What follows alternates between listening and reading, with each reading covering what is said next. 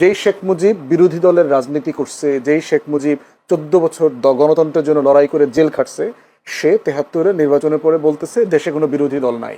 এই 5 আগস্টের পরে দেখা যাচ্ছে যে আওয়ামী লীগ ছাড়া মুক্তিযুদ্ধের চেতনা নিয়ে কেউ কথাও বলে না।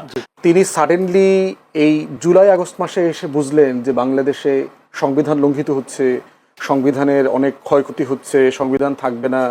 উনি 16 বছরে এতগুলো জাতীয় নির্বাচন, স্থানীয় নির্বাচন ম্যানিপুলেশনের সময় ওনার মাথায় কি এটা আসে নাই যে বাংলাদেশে সংবিধান ক্ষুণ্ণ হচ্ছে?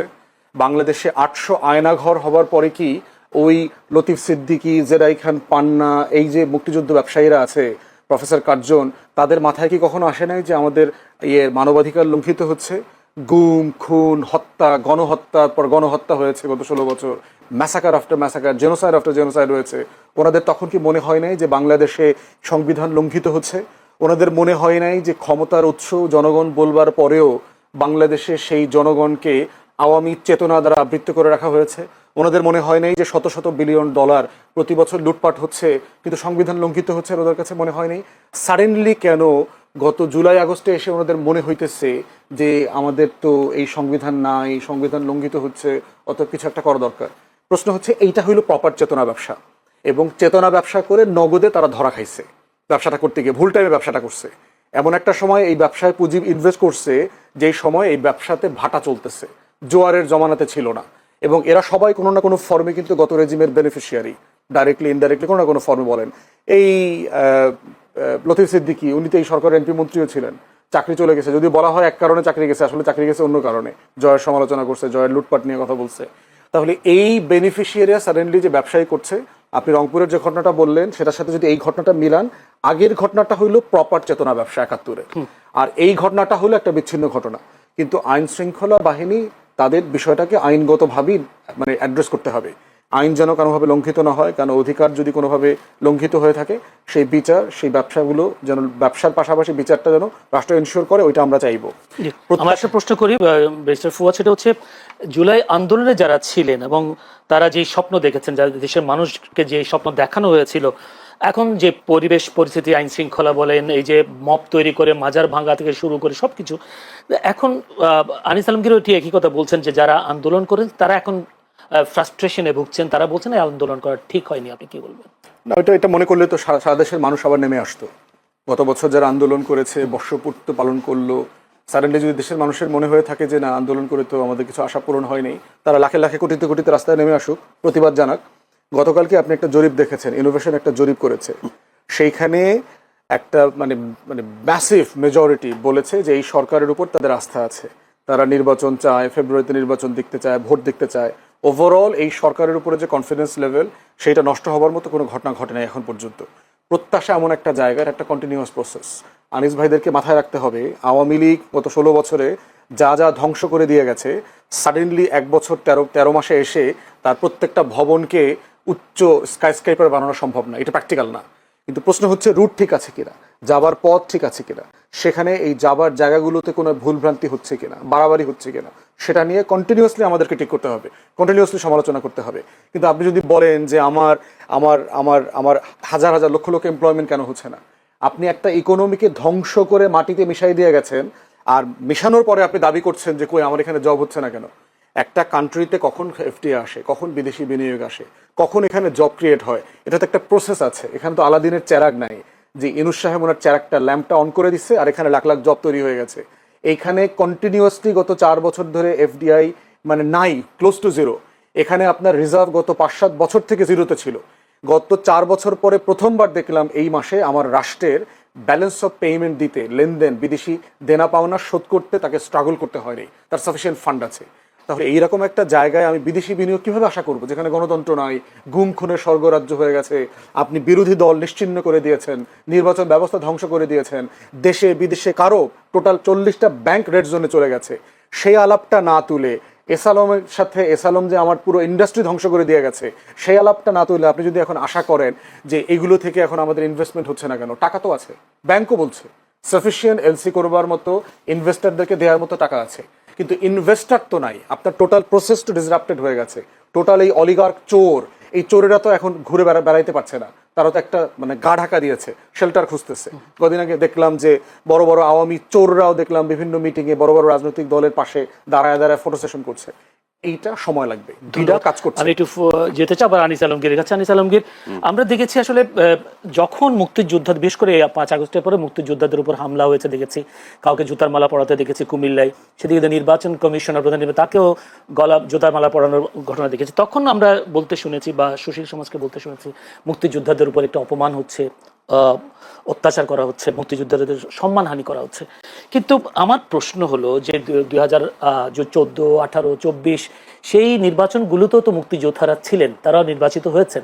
তারা কি কখনো বলেছেন যে মুক্তিযোদ্ধারা এই কাজটা অন্যায়?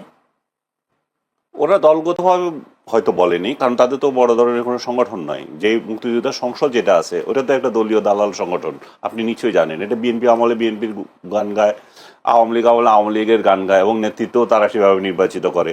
এখন ডক্টর ইউনূসের গুণগান গাচ্ছে, এগুলোকে ওইগুলারই দিয়েছে। সো আপনি যদি সংগঠনগতভাবে বলেন তাহলে নাই।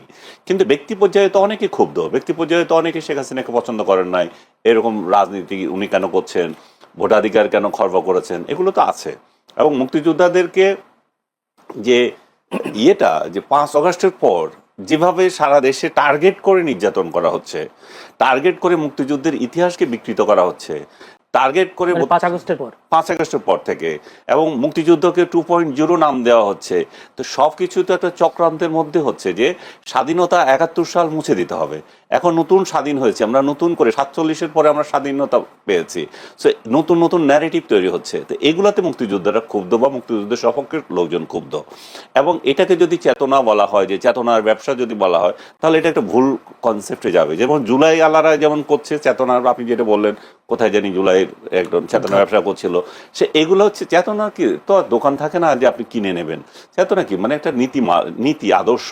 সে যদি মুক্তিযুদ্ধের নীতি আদর্শ যদি এগোতে থাকে, আপনার তো সেখানে বলার কিছু নাই। আরেকজন যদি জুলাইয়ের আদর্শে বিক্রি করতে থাকে, জুলাইয়ের আদর্শে উদ্বুদ্ধ হয়ে, সেখানে তো আমাদের কোনো আপত্তির কিছু নাই। কারণ জুলাই নিয়েও তো অনেকগুলো, ফুয়াদ বলছিলেন যে কোনো হয় নাই না, এখানে চেতনার ব্যবসা, যদি জুলাই চেতনার ব্যবসা খুব জমজমাট চলতেছে। জুলাই চেতনা নামে নানা ব্যানার বের হয়ে শাহবাগে অমুক জায়গায় তমুক জায়গায় মিছিল করতেছে।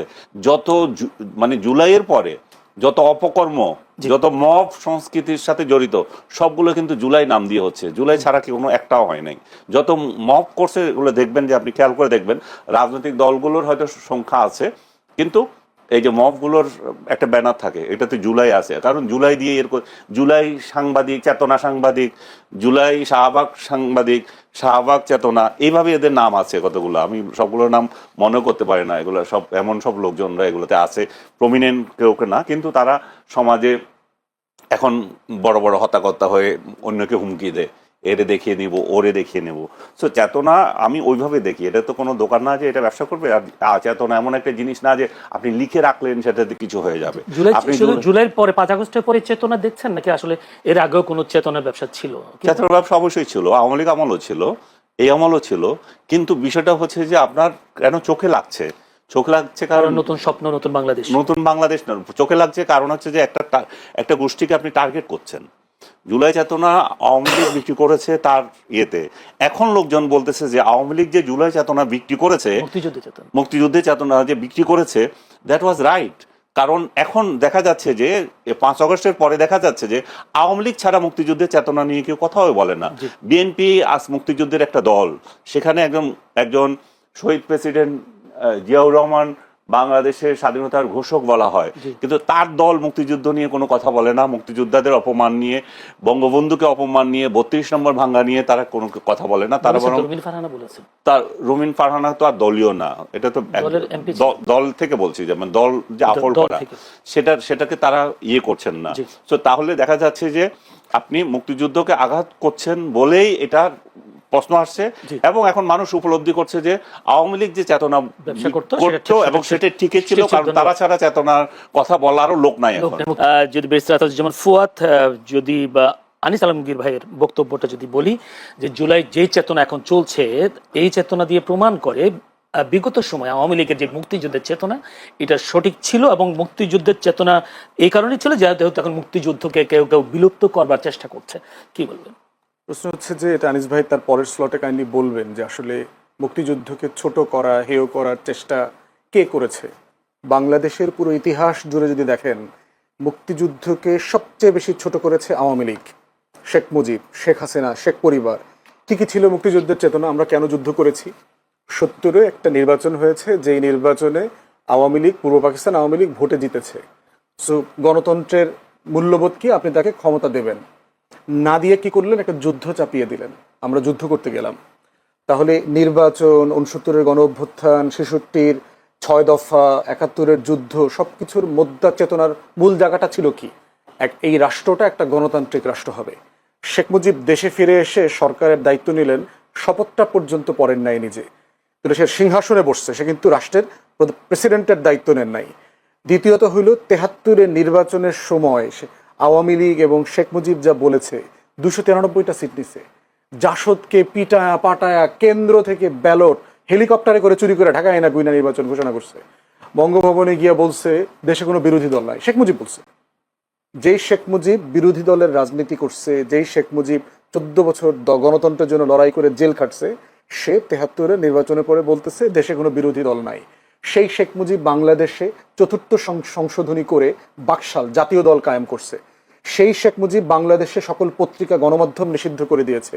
সেই শেখ মুজিব দেশের সকল রাজনৈতিক দল বিলুপ্ত করে দিয়েছে, ইনক্লুডিং আওয়ামী লীগ। আওয়ামী লীগকে সে বিলুপ্ত করে দিয়েছে। তাহলে যেই কারণে আমরা 6 দফাকে আমাদের মুক্তির দলিল বলেছিলাম, যেই কারণে 69-এ গণ অভ্যুত্থান হইল, যেই কারণে পূর্ব পাকিস্তান আওয়ামী লীগকে 70-এর নির্বাচনে মানুষ ভোট দিল, যেই কারণে আপনার 71-এ যুদ্ধ হইল, লড়াইতে এই তাজউদ্দিনের প্রবাসী সরকার সবাই মিলে যুদ্ধ করলো, তার প্রত্যেকটা ফাউন্ডেশন স্টোনকে এই শেখ পরিবার, শেখ মুজিব, আওয়ামী লীগ ধ্বংস করে দিয়েছে 72 থেকে 75-এ। ঠিক একই